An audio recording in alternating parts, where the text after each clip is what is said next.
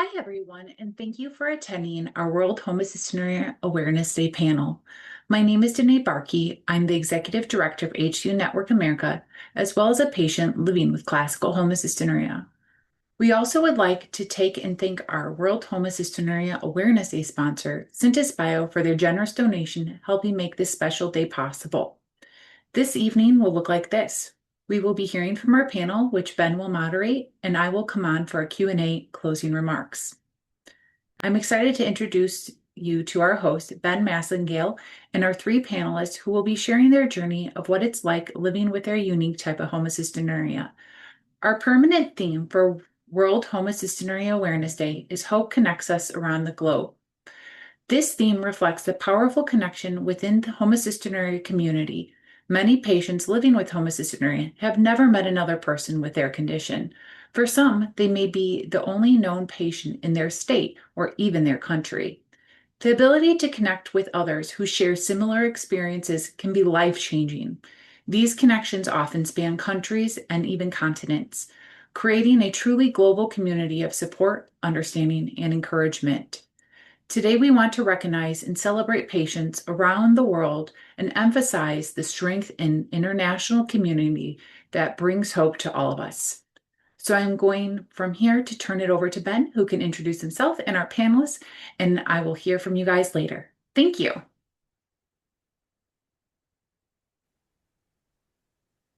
Thanks, Danae. My name is Ben Massengale. I'm a classical HCU patient as well. I host the podcast HC&U along with my wife, and this is my third year that HCU Network has allowed me to host this panel. So I appreciate that opportunity, and I'm glad to have our three panelists with us today. We're going to start off with just some introductions. So if you guys, I'll go to you in order.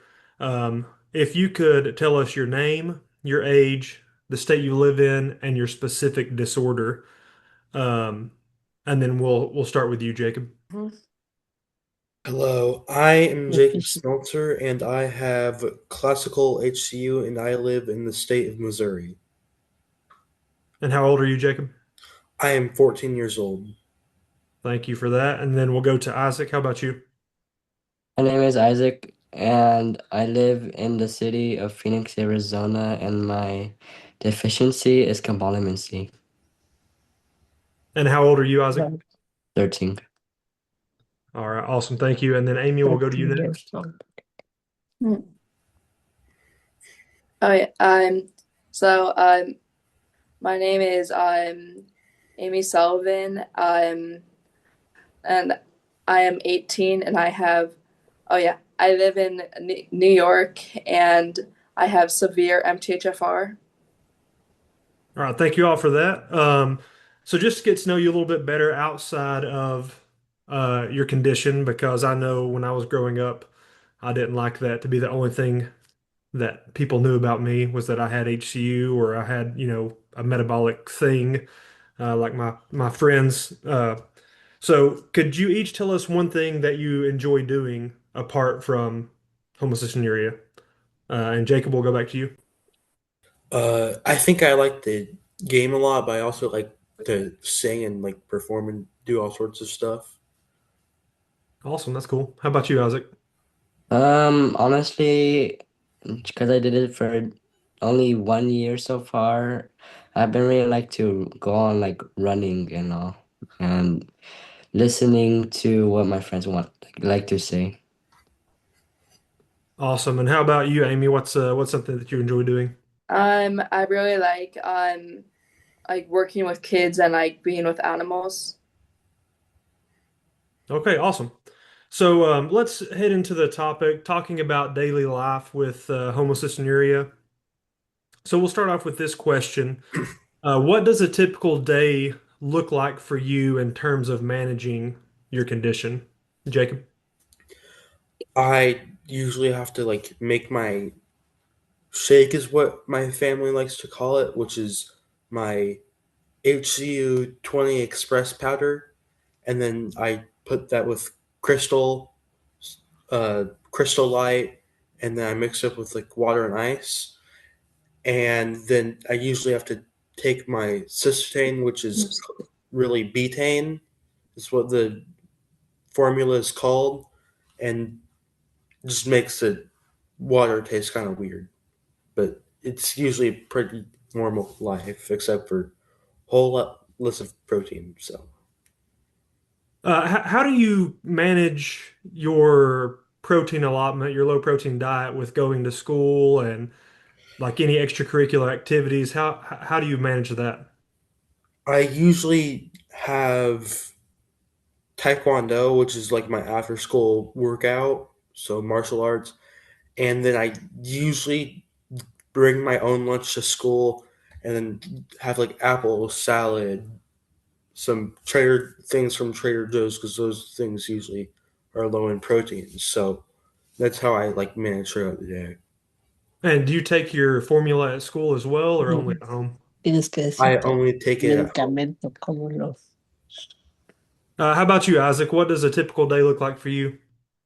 A typical day for me is honestly just waking up and going downstairs, but I usually go down and I usually eat cereal with my powder. It's like I don't know what the name, Betaine. the betaine, and it's I would rather mix it up with some cereal and some milk, so the taste is not really too bad, but it's something good. And do you only take that in the mornings or do you take it throughout the day? I take it only one time in the morning. All On right. the, How about you, Amy? in What the does milk in the afternoon. I'm well. I have yeah. For like mainly, I just like the second I wake up, I'll have one. Shot. Well, yeah. I have a smoothie with like mostly just like a bunch of fruit and then like some like almond milk and stuff. But like I have to have that 3 times a day. But like the medicine, it overpowers the whole thing really. So yeah, so I always have to find new things to like put into the smoothies. And like so I normally do that when I wake up, like around 3, and then right before I go to bed. And it's about 10 in the morning, 10 grams in the morning, then 15 when I get home and when I go to bed. Yeah, I think that's right. Okay, thank you for that. Isaac, did you have something to add about a shot? Was there something you wanted to add about? Yes, I also take a shot once every morning. I used to take it at night, but it really kind of bothered me at school, so I had to change it to the morning. And what else do you take? The rest of your medication, just share with them the protocol of the medication that you take during the day. I also take this I don't know what it's like. You have to take polinic acid. I take the polinic acid is an acetylene. That's great. You said you take shots twice a day, is that correct? No, I used to take it twice a day, but now I take it. No, oh my gosh, sorry. I used to take it at night, but I switched it to the morning. Gotcha. Okay. All right, thank you for that. So my next question is, what is the hardest part about balancing your condition with school, with friendships, with anything else that you want to do in daily life? What's the most challenging thing for you in balancing your condition and those other things, Jacob? Honestly, most of my friends already know that I have the disorder. Like whenever I talk to them, it somehow gets brought up in some way. But usually, most times, sometimes I forget. But now I'm actually like kind of gaining popularity. I mean, not a lot, but people are like talking about like, oh, you can't eat protein. That's actually kind of cool and stuff like that. So I actually have friends via that way, and then they are really acceptant of it, and they Oh, that's like it. awesome. Yeah, that's awesome. How about you, Isaac? What's the difficult part for you? Honestly, there's not really difficulty. I go to school normally, and people don't really talk about my condition because I'm not really in a high grade. So it's honestly pretty easy for me. Other than your vision? Other than my vision. So share with them what's how that it's kind of the main thing that affects you sometimes when um you're sometimes you feel like you do get Yeah, lack of yeah. friends or something. You share with them how that is the only part that you feel like has been mainly the concern. Well, honestly, it's my condition is honestly kind of rare. Some people have it, but honestly, my I don't tell most people about my condition because they can probably just change up right away. But people that we meet, we tell them that, and sometimes they have my exact same condition. But the honestly, I don't really tell my friends about my condition. So I heard you mention that your vision sometimes causes issues for you. That's one of the main difficulties. How does that affect your daily? That affects me by um I can't see from far away. If I really try, I just can't. And also it bothers me by my center vision is not the best. Okay, thank you for sharing that. Amy, how about you? What's the hardest part of managing your condition? I'd say just like having to like take the medicine because of like I'm like kind of scared of it in a way because of how bad it tastes. And then because like there's awful side effects. Um like I do know that like for me, I do have a hard time making friends. I think partly because of like I found out about like when I was like 14 that I had the condition. So like I didn't so like it was so bad to the point where like I couldn't really like function very well to the like so like I didn't know how to behave around people. So I still don't know how. Yeah, and like the side effects were just like are terrible, really. Yeah, like it because of how much medicine I take, it causes like bad smell. So like people have made comments about that and stuff. So like people when they I don't tell people really about that, but well that part, but when they find out they will start saying like mean things. Even if I didn't tell them, like they'll just like notice it from being around me enough. Um yeah, and like it's just like humiliating. Um but then like yeah, I have been able to, but at my old school though, because of everything going on, I wasn't allowed to be alone like at all. Like not even when like just like to go to like not even like during lunch I had to be with someone and I wasn't allowed in the cafeteria. Yeah, or I play in gym, not even like walk to my own classes by myself. So like I was very limited.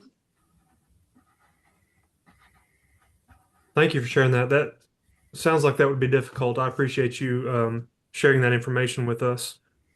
Um, Moving on to the next question. Some of you have already touched on this a little bit, but I would like you to go into it a little more if you don't mind. Um, with your condition, have you felt different from your peers? And when that happens, how did you or how do you handle that feeling? And we'll go to Jacob first.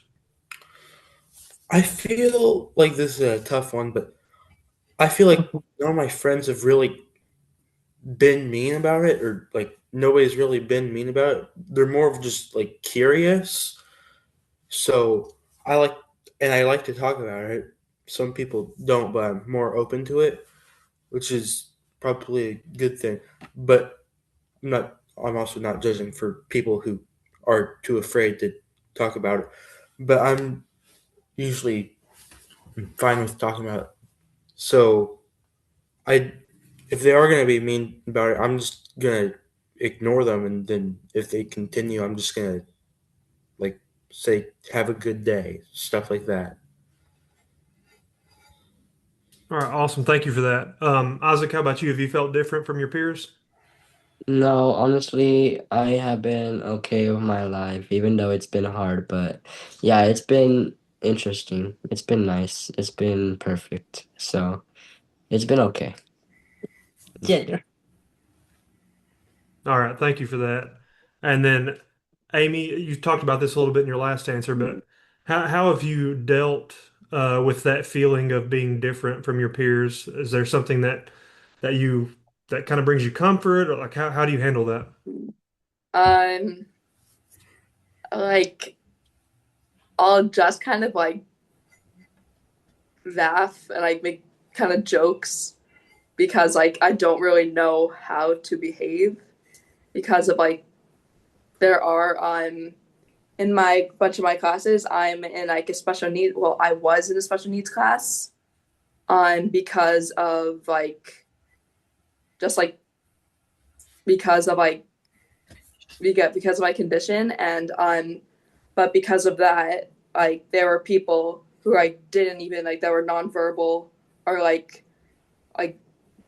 yeah or had like Down syndrome like very severe like autism and everything like that so like they yeah it was like extremely hard to fit in and everything but I did help with the kids out and everything with other students yeah so like that did make me feel better and I was able to like even though they didn't understand what I was like doing or saying like it made me feel like to like kind of like feel like I had friends even though they didn't really know what I was doing or anything. Thank you for sharing that. It sounds like you are a good caretaker and you're good at taking care of people. So moving on to the next topic, which is independence and getting more responsibility for your condition. My next question is, as you've gotten older, what responsibilities have kind of shifted from your parents to you in terms of managing your condition? And we'll go to Jacob. Making my medicine, like I used to not really know how to make my medicine, and my mom was like, "Okay, we're going away for a little bit.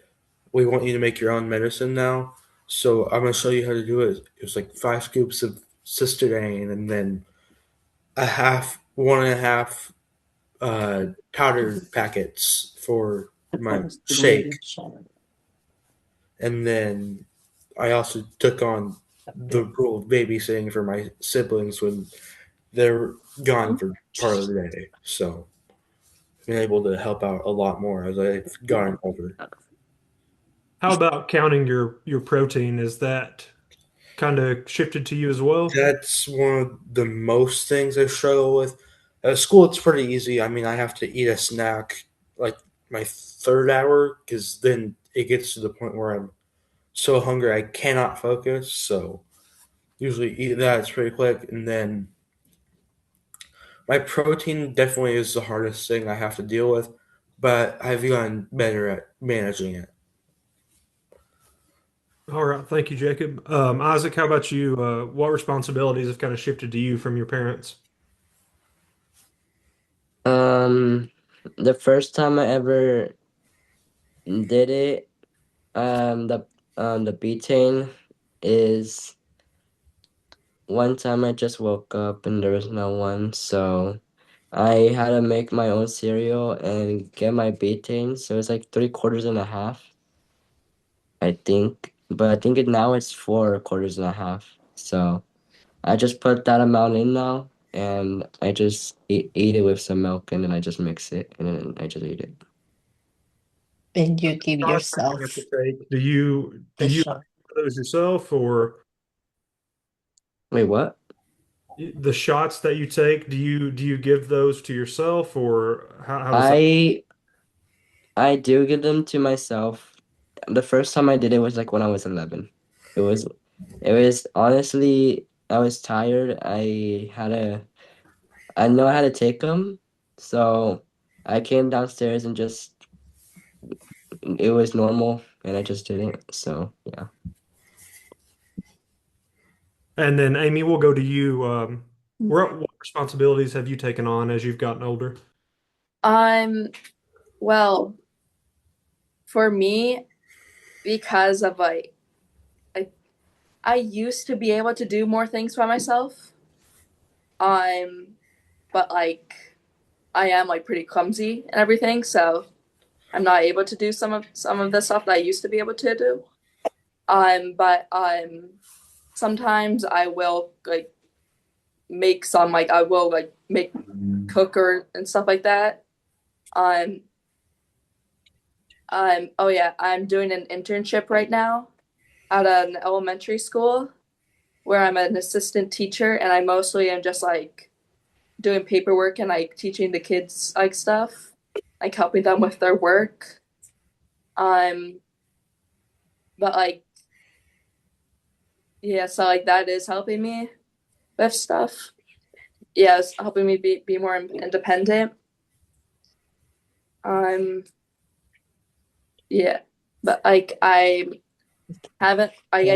don't really make my own like my smoothies because like well there's just like a lot of measuring and stuff because of how much I take, but like and because of all the calories in the smoothies I can't really it counts as my breakfast, so I'm like limited to like so I'm pretty much I'm always hungry in a way. Um, and so yeah, so I'm like always have to watch my weight and stuff because of the medicine. Thank you for sharing that. I totally understand that. That's one of my biggest challenges in taking the metabolic formula is the calories that consists of. It's that's always been difficult for me. Um, so let's see. If you guys could tell me what's something that you've learned to do on your own that you're most proud of, or that made you feel like you'd taken a huge step towards more independence? And we'll go to Jacob.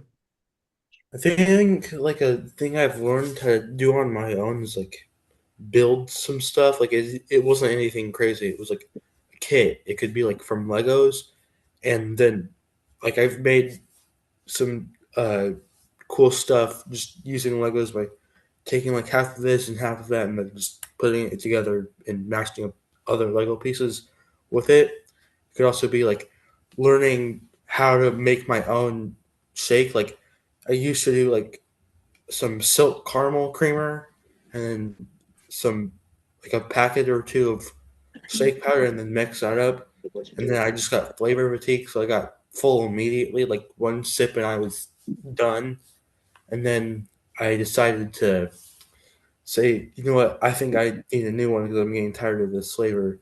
So I instead did my crystal light thing with the water and then packets and then ice and then I blended it.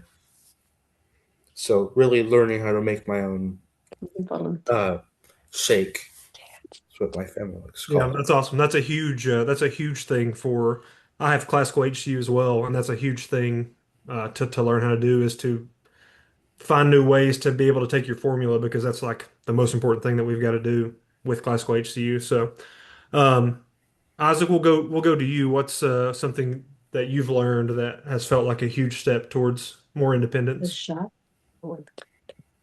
The one thing that's honestly that I was proud of that that really helped me over my life was taking my personal shot and honestly helped me out, and also probably helping out in my church. All right, that's awesome. And then Amy, how about you? Um, well, like for me, like I like last year, I like well when I was young, I always wanted to go to college my whole life. I found out last year that I couldn't go to college because of like my yeah because I have a lot of like learning. I have a lot of like it's like learning challenges, and but like the special needs class I'm in, no one ever in like my whole school there's someone, because there's an internship for the seniors where they get to, if like they pass all of their classes and everything, then they can go to, and like there's a certain grade that like something to do that you have to have. Yeah, and I'm the first person ever to do the internship in a special needs class. Yeah, so I am able to get experience that I wouldn't have been able to get. And now I know a little more of what I could do instead of like going to college. That's awesome. I'm glad to hear that. I'm proud for you that you were the first one to be able to do that. So moving on, a couple of questions about people who have supported you to this point in your life. Can you tell me who's been the most helpful in supporting you through this stage of life where you're at right now? And can you tell us why you've chose that person? And we'll start with Jacob. I think that my mom and my sister were really the two people who really helped me a lot, because my sister had a few months, like she had it, we knew that she had it before me for like a few months. So I kind of got karma when I was saying, haha, you can't eat meat. Sooner or later it came around. And then my mom like really showed me how to do all the stuff, like mixing the formula in the right way, learning how to make the system not chunky because it likes to get chunky for some reason. Uh, like learning how to make the shake and blending it up right. So I would say that those are the two people. All right, thanks. I appreciate that. How about you, Isaac? Mm, People that you yeah, my parents and friends that supported me, and honestly, teachers too. It, I and my grandparents as well, and like all those people have been supporting me since the day I was born, or been helping me out. Awesome. That's good to hear. And then how about you, Amy? Who's been the most helpful in supporting you up to this point? Well, overall, I would say like my parents, like my dad, like he always like no matter like he's really good at like making me feel better and stuff. And like my mom, she's like all like helps me with like makes all the appointments and everything for me. But then like also like for example when we were doing the like the fundraising stuff, when like I saw the amount of people that actually like donated to it, like I like couldn't stop smiling. And like so basically everyone that did that just like really helped me through it. And like so like they're just like a lot of people, like my grandparents and like some of my other relatives. But like also I think just like this year, my friends have helped me a lot.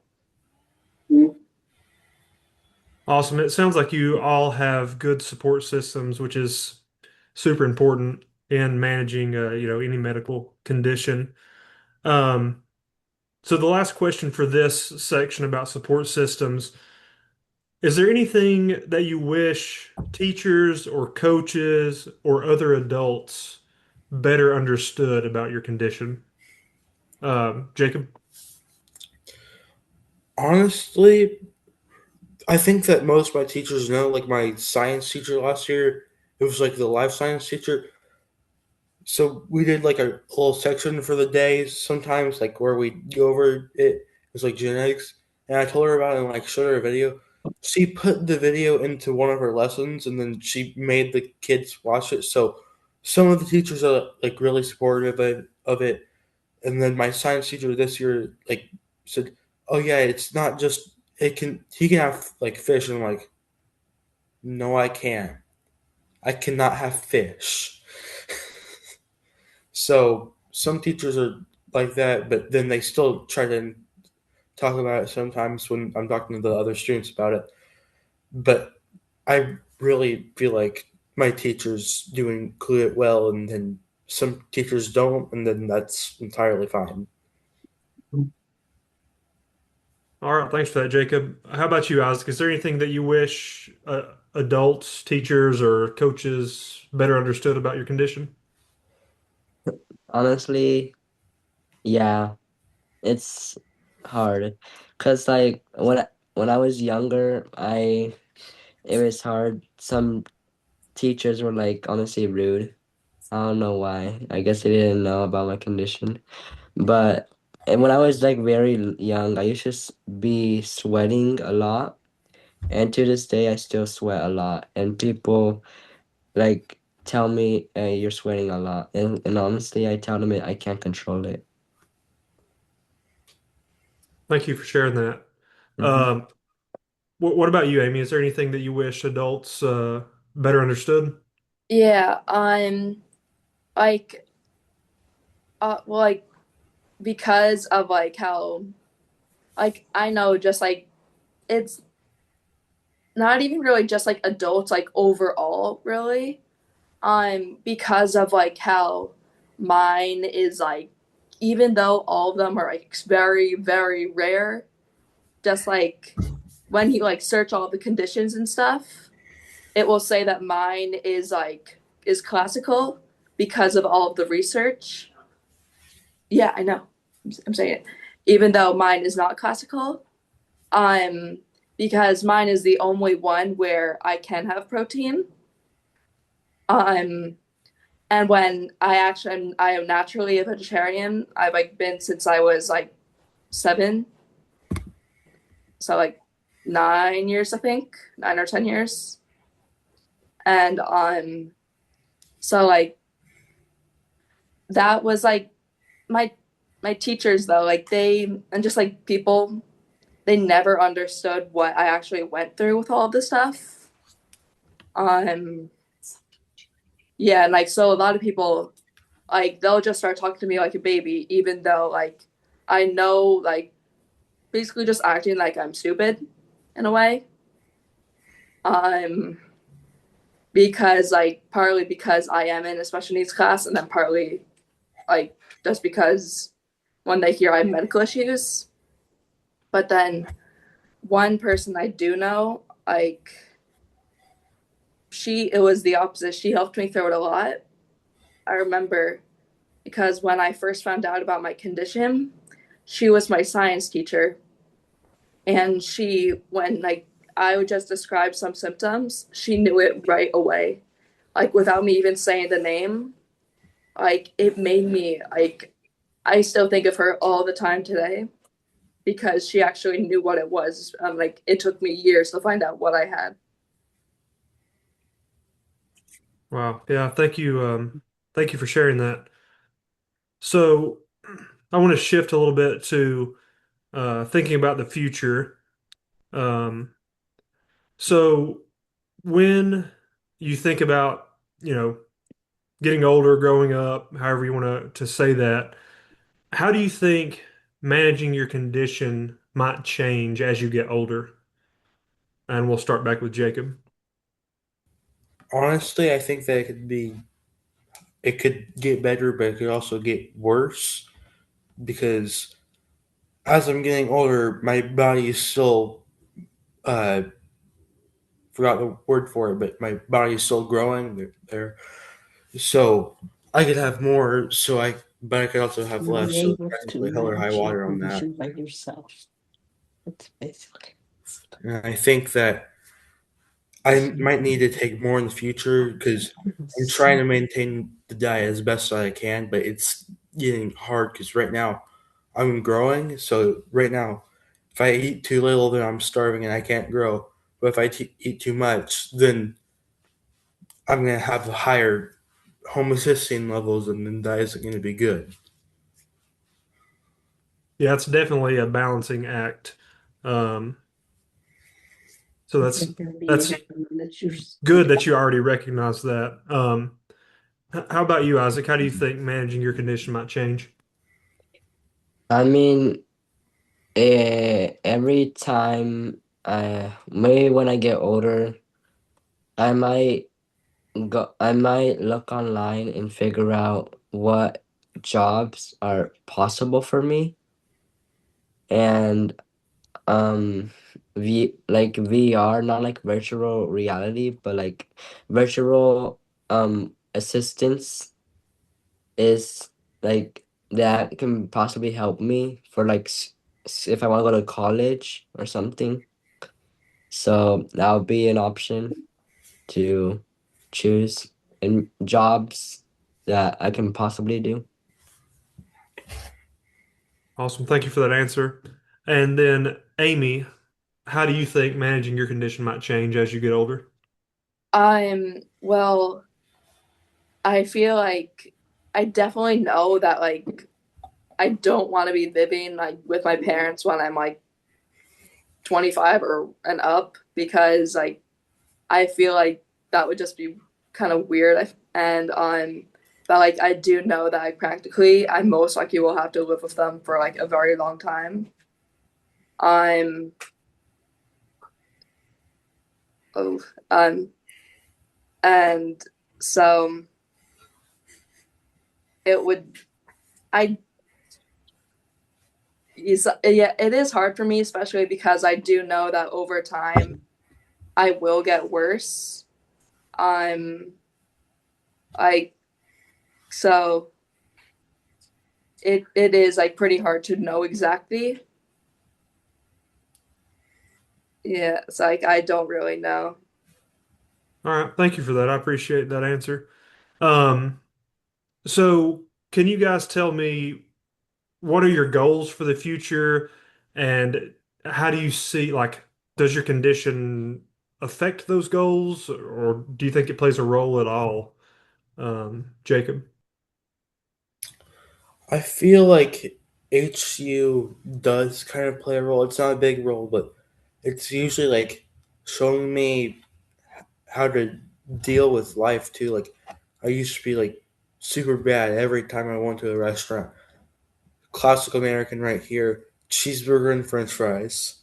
So that probably wasn't the best, but then again I was still young, but then I finally learned that I had HU.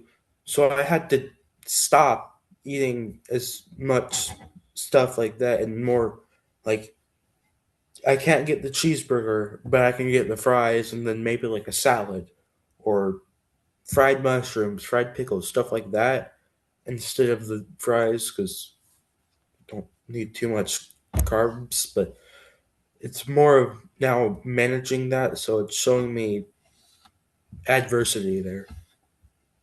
I had to find the word. Tienes que hacer el futuro. All right. Thank you for that, Jacob. How about you, Isaac? What are your goals for the future and how does your condition affect that? Well, one of them is to get a good good and get a good affordable like paycheck that I can possibly help with my life. And honestly, I don't know, because my vision is kind of, I can see it close up, but I can't see it from far away, so it might be an issue to get a license Probably, yes. or a permit. And honestly, I it's gonna be a little issue, but eventually I'm gonna find something that can help me. All right. Thank you for that. And then how about you, Amy? What are your goals for the future? Well, like so like for me, I 100% know that it will be pretty much impossible. Um, well, my whole life, well, actually not really my whole life, but ever since I was in fifth grade, I always wanted to move to Canada, but I can't like but then because of my condition, it's very unlikely, and then also because of my condition, I have Medicaid, I think it's called. So I'm limited to how much I can get paid. So and then like I also so it would be even harder if I lived in a different country in that way too, because I'd want to visit my family, but then like yeah, so it wouldn't really work. And then with like yeah, I do know that I do want to continue raising money and stuff. Yeah, like to help other people and how like I mentioned earlier that I wanted to like I always wanted to go to college and stuff. Like I wanted to be a teacher. And I already knew the lesson plans, some lesson plans that I would do and stuff.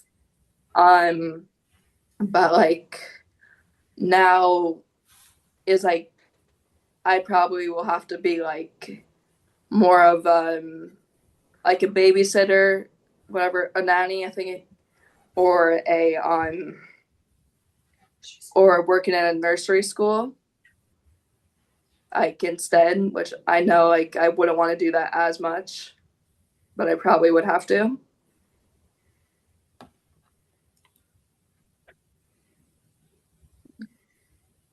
All right, thank you for that. Those are great goals to have. I appreciate everybody sharing that. I've just got a I, couple. Oh, sorry. Go I ahead, think Jacob. I forgot to answer the second part of the question about what I wanted to be in the future. Uh, so because I have the HCU and I've had the metabolic disorder, my seventh grade science teacher, like she really showed me all the stuff. Like she was super kind, and I thought maybe I should be a genetics counselor because I like talking to people, and I want to meet other people with other metabolic disorders.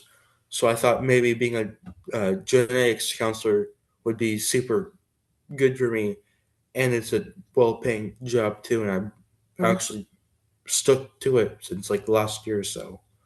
I'm thinking it might be the actual job for me. Yeah, that's awesome. Mhm. That's like a good fit for you. Um, did anybody else have anything to add before I move on to the next question? Okay. How about, okay, so I just have two more questions. I want you to imagine that you're talking to another young person who has your same condition, and they're starting to take responsibility for their managing their health like you guys are. What advice would you give to somebody who is in your shoes?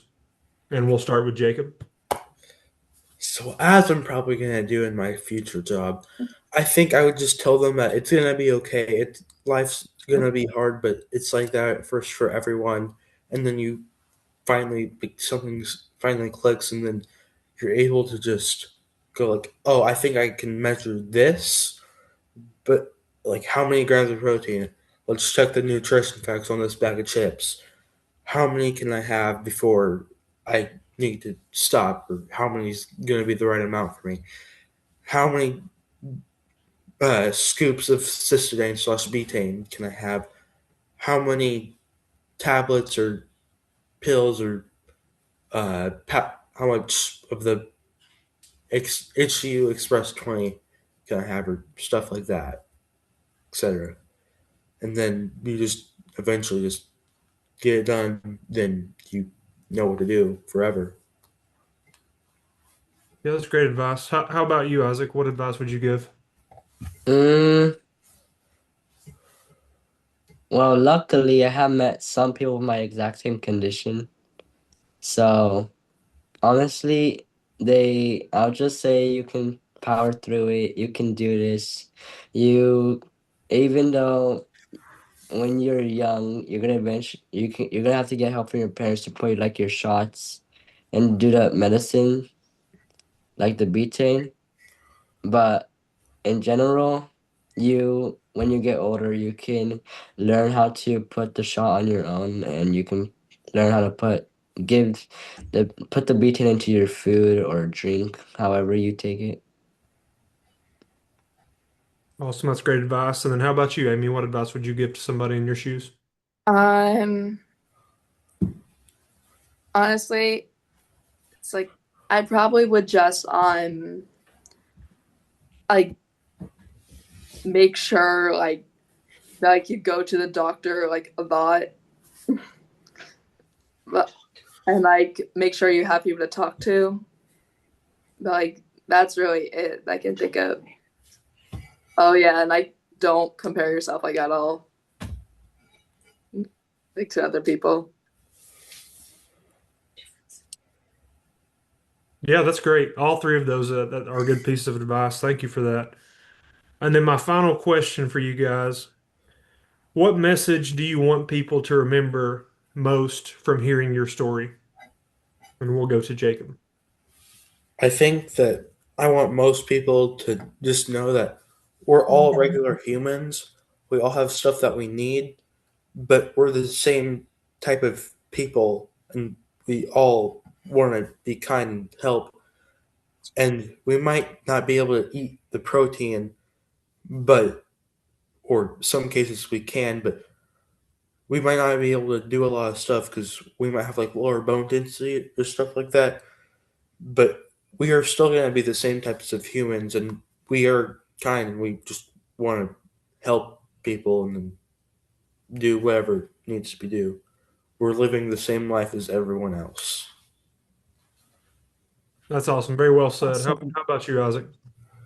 I'll say thank the Lord, and honestly, if I'm not corrected, I think a Bible verse says that I think it's John 3:16 that says that God gave his only one son to whoever believes in him should not perish but have eternal life. So which means like live forever All right, awesome. Thanks spiritually. for that. Yep. Sorry, did you have something else? I didn't mean to interrupt you. No.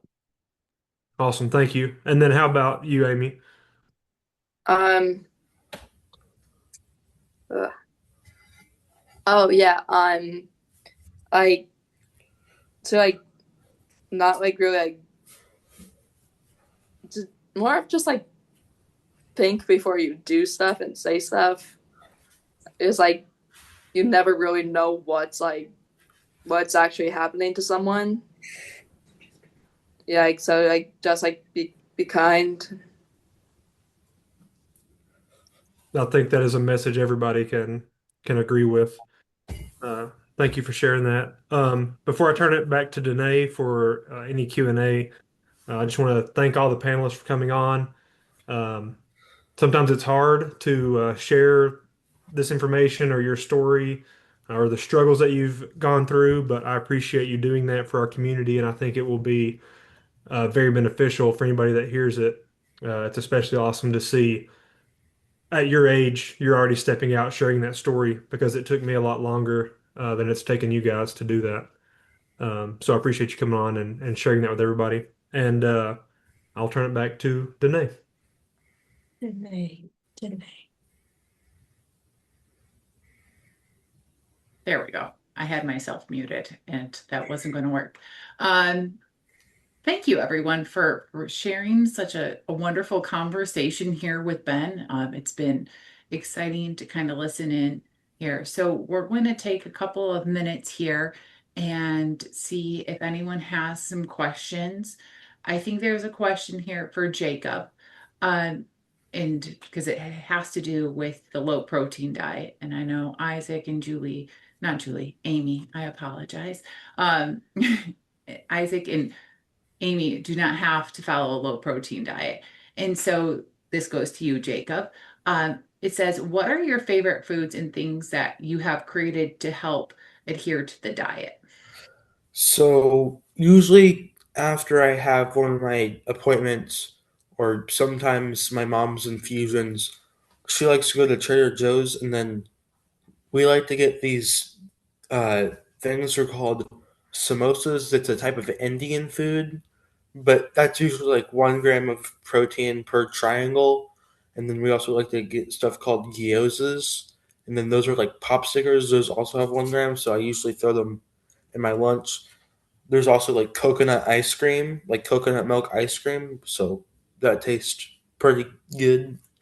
And I also like to have like pad thai from downtown Winsville. Like there's a Thai kitchen, so they have like stupid good pad thai. So usually really enjoy eating stuff. So like Thai food, anything that's gluten free and not tomatoes, but everything else that's comes from tomatoes.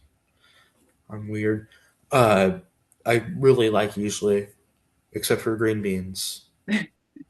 You sound like my brother. He'll eat things that are tomato adjacent, so he just won't eat the tomato itself. He'll eat the pasta sauce. Gotcha. He'll eat like Pasta sauce is really That okay. sounds yeah. familiar. Why? You don't eat tomatoes. Yeah. And Trader Joe's is full of wonderful little treasure troves. We One of the conferences we did, we actually took the teens on like a low protein scavenger hunt at Trader Joe's. They had a lot of fun. Um, Would That's it be okay if I like texted my friends if they had any questions? yeah, And you then know I what? There was actually a yeah, little bit of a question for Ben and myself here. yeah, Uh, and we can take a minute here. yeah. I'm Because texting them. that's perfect. That gives us some time to get more questions going here. And then I'm going to, while Ben's talking, I'm going to come up with some questions for Amy and Isaac here too. But it says, would either of you moderators mind sharing a little bit about your journey managing this over the course of your living with H2? I'll go first and then I'll hand it over to Ben. So I wasn't diagnosed till I was 10. I have a younger brother who also has homocystinuria, and at the time he was almost 5. And so we didn't have a really great clinic at the time of our diagnosis. We were just told only have 15 grams of protein, but there wasn't a dietitian. There was no one to kind of tell us how to do it. And they said, take this formula. And Ben has a great description of the formula that existed at that time. Ben describes it as like licking the bottom of a gym shoe sneaker. And that's pretty much what the original formula tasted like. It was awful.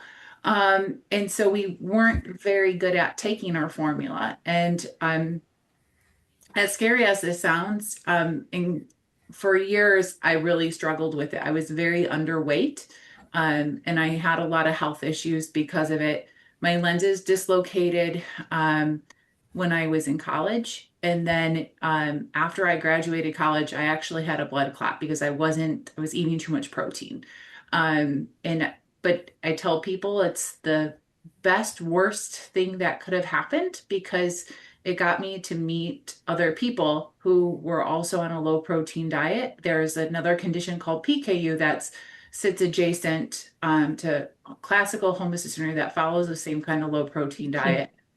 And I that's where I first started to learn about actually how to manage the diet. And then when I started meeting them, I got a little bit jealous because there was like classes for them and there were so many people. And then there was new treatments coming about. And I was like, why can't we have that for homocystinuria?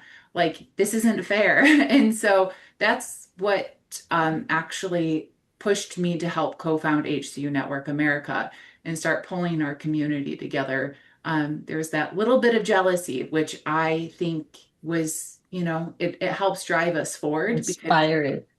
yes, it helps inspire us to want to do better for ourselves and for other people. And that's, I mean, how I got to meet everyone here is because of our wonderful, beautiful community. Um, Ben, would you like to introduce yourself here a little bit? Sure. So in hosting the podcast for HCU Network America called HC&U, I've gotten to talk to a ton of different patients whose stories are very different than mine. I was fortunate and blessed to be diagnosed through newborn screening with classical HCU. My parents were very supportive. They were very meticulous in managing my diet when I was younger, to the point of like they were counting individual potato chips to make sure that I didn't go over my protein. Um, and that kind of was instilled in me from the time that I was very young. So uh, I continued to follow my diet closely, took my medication like I was supposed to for the most part. Um, the taste of the medicine still really hasn't improved that much, so that's still difficult. Um, but my levels have been in check pretty much for my entire life, so I haven't had really any of the adverse Crisis. symptoms or effects of HCU. So again, I feel very blessed and fortunate that's been the case for me. And I think Danae connected with my mom initially through Facebook, and then connected with me and encouraged me to share my story with HC Network America, which I did quite a while ago. But then really starting the podcast is how my advocacy for HCU started. And that's kind of been my focus recently in the community. Um, but somebody had asked about recipes. Along with our podcast, we have an Instagram. I have to pronounce this because it sounds like I say bots because of my accent. But on Instagram, it is low pro bites, like you're biting something. Um, where my wife posts a lot of the things that she cooks for me that are low protein that you can look at if you are interested in that. But yeah. I have to say, Ben has this video. This is how I found Ben. It's little Ben, and he was interviewed, and I found the video on YouTube, and I was like, this person's got to exist on the internet as an adult. And through That's cute. Google and the magic of the internet, I found his mom, which then put me in connection with him. And so I love that, his mom had him in an interview when he was really about the age of Isaac and Jacob, maybe even a little bit younger, Yeah, I talking think I was about 10. I think I was 10. Yeah.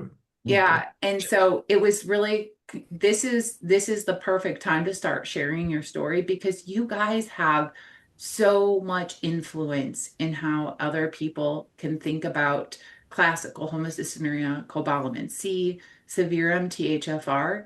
And if we really want people to listen to us and to know how to like actually work with other patients and what we actually need, sharing our voices is so important at your age because it's what you guys need as teenagers is different than what I need as a 40-year-old and as what Ben needs as an adult male. And so you guys getting here and sharing your stories is so important.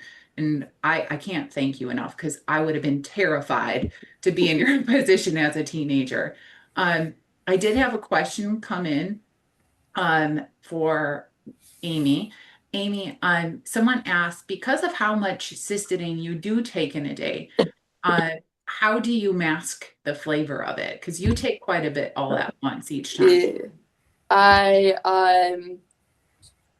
I but like mostly I use a lot of frozen fruit and then some non-frozen fruit and then and a little bit of peanut butter powder and some almond milk and it gets like blended up and then I have that 3 times a day and for as a smoothie. But like overall I think it is like around like 40 grams of medicine. So then it has to have like a lot per serving. Mhm. So like yeah, that pretty much is probably like most of the calories that I have per day. Okay.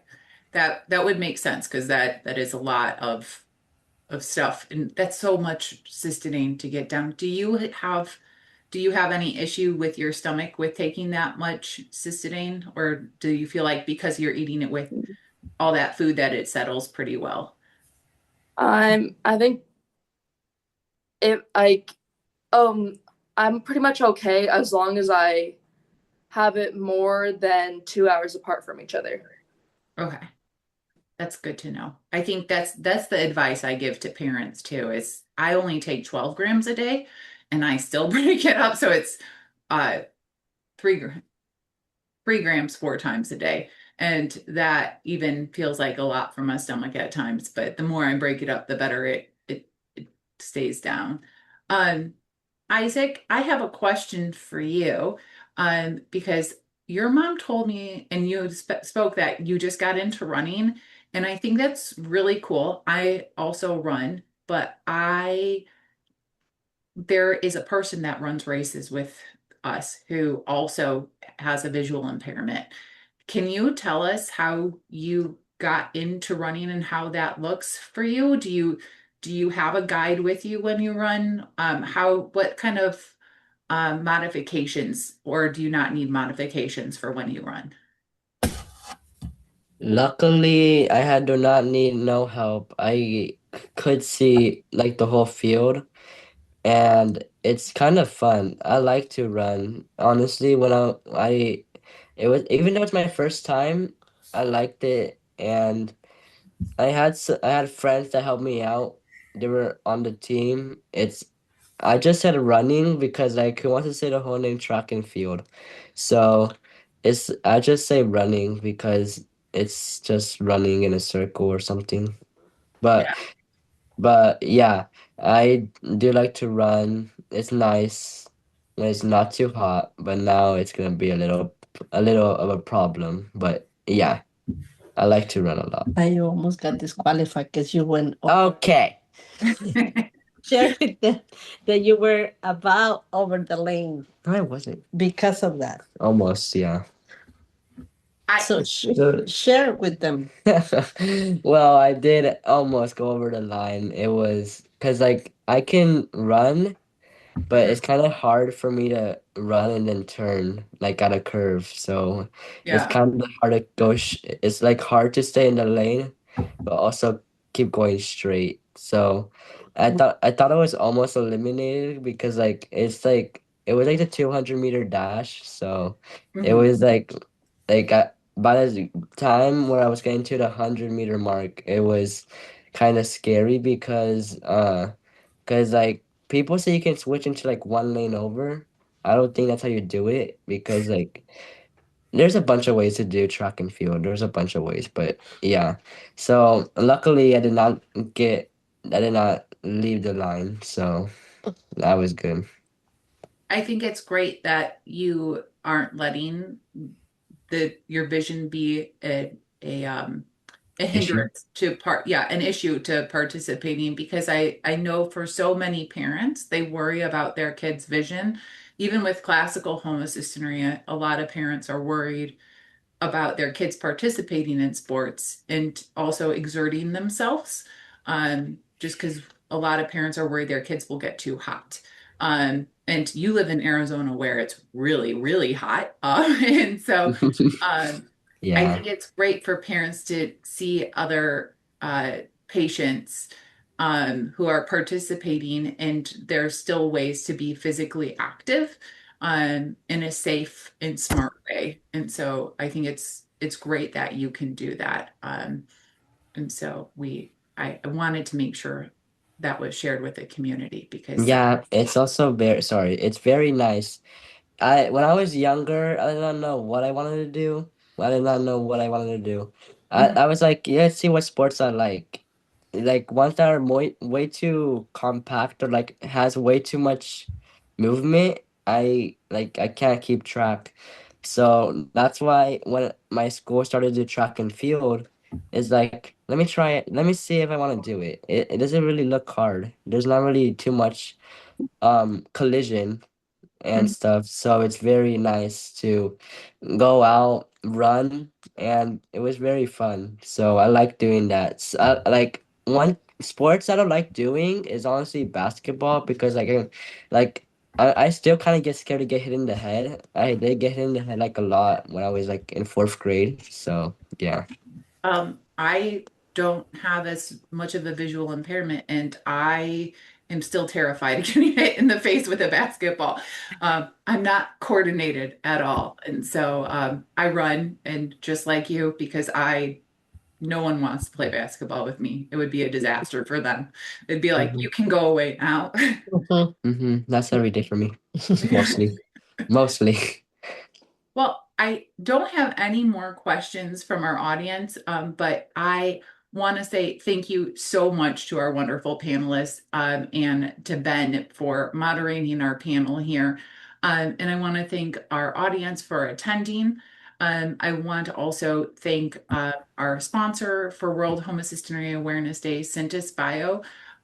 They are working on a new therapy for classical homocystinuria. And if you're interested, you can learn more about their program at syntys.bio. And I want to thank everyone. We hope that you will join us again in the future. Please follow us on social media and subscribe to our email for future events. Thank you. Thank you. Thank you. Thank you.